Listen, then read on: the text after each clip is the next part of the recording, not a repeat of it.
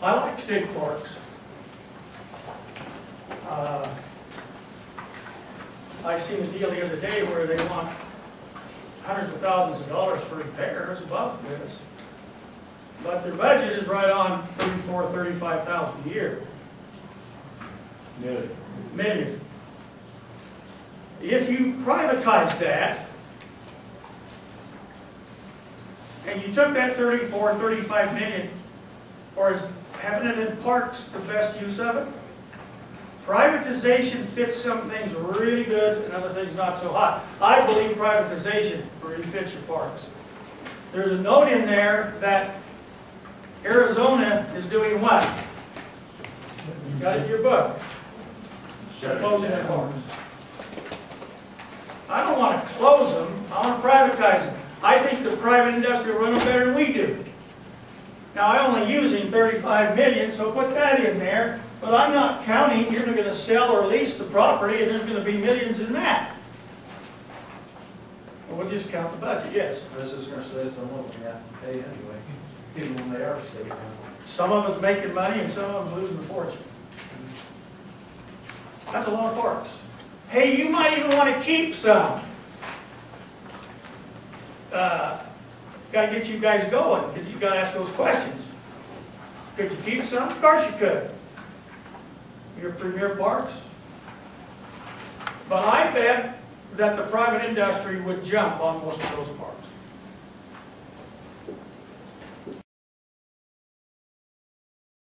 The way DORA works is there's a time between conviction and sentencing, right? Now, DORA steps in on every felonies if it's statewide and screens that person. And so here's Benyon, and of course, he's a mess because he, never mind. We're nailed for breaking into houses. Yes. DORA means Drug Offenders Rehabilitation Act. Drug Offenders Reform Act. Reform Act. It's not Democrats. That's right. I'm glad we cleared that up. We've been breaking into houses. The judge grabs him and he says, you've got a record this high, you get 1 to 3. And he comes to me and he says, boy, your screening shows you never broke the law. You have now, but I'm not sure you're a criminal, because I think you're just feeding your habit. And he said, that's true. I'm a coke addict. By the way, depending on who you're talking to, you got about 7,000 people locked up. And depending on who you talk to, it's $30,000 a year. When you add, because each level of prison costs different money when you add it together and how many. Some will say it's 28, some will say it's 31. Well, let's use 30. So the judge says to me, tell you what, if you want to go into the DORA program and finish it for 3 years, I'll let you stay home, keep your job with your family, and you're going to get treatment. And by the way, treatment works. Or we're going to put Benyon in jail, and the odds of him getting treatment during those 3 are slim and none. So he's going to come out and do it over again. Just swing the door. But if you treat a person, by the way, women, most people agree that 85 to 90% of the women we got locked up is there for crimes to feed a habit. Now, it's $30,000 a year to put her in jail, but she's single and got 3 kids. What are you going to do with them? You all know what's what happens. They go into foster care. They pay $700 per child per month for foster or something. When you add it up, it's over $40,000 a year to keep her in jail. But now we have the same thing happen, and the judge can say, I'll tell you what, I'm going to let you have an option to go in the door. And you've got a whole bunch of testimonials in there. You got a whole bunch. I got 50 times that many from the pilot program. Yes? You got your hand up? Okay. I have to pay someone to raise their hand around here. Jana Lee, yes. Okay, well, I just, if you wanted examples or whatever, just going to, I've been to court for different reasons, and I can just verify that everybody there was on, they come in, they bring it before the judge, like the assembly line, they get off on drugs. And that is, the main cause of why they're there at the court, just, to back it up. And I've always thought, that's a huge thing to address.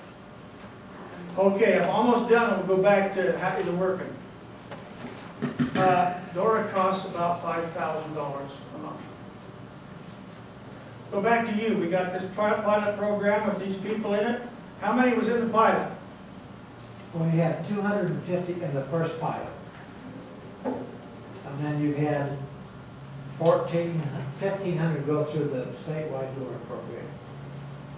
Tell us how it looks. I have a few stats here, and again, let me mention a couple of things on it again, and that is that to see whether something is really successful, you have to track them for a while after they get off of probation or complete parole, so that's why it takes longer. So these are the initial things. So we had 1,400 to 1,500 to go through it. Let me tell you what we've got on the results.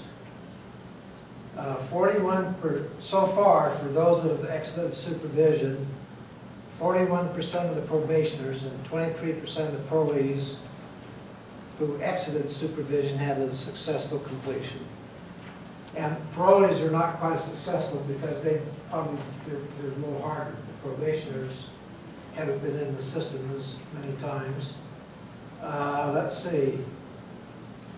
At the time of their final DORA treatment discharge, approximately 90% of both groups, that be the parolees and the probationers, both reported no alcohol use, and over 75% reported no drug use in the previous 30 days.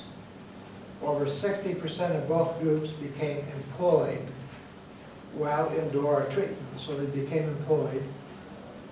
Their successful completion and reconviction rates are similar to other people who didn't go through DORA. DORA parolees returned to prison at a similar rate as the other group.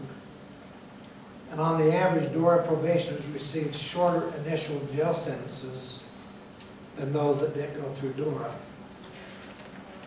Again, like I say, the results are still outstanding because you have to track this for so many years. So it's probably another 2 years before you get the final results of how this group did compared to those that didn't have the treatment. And then just one final statement.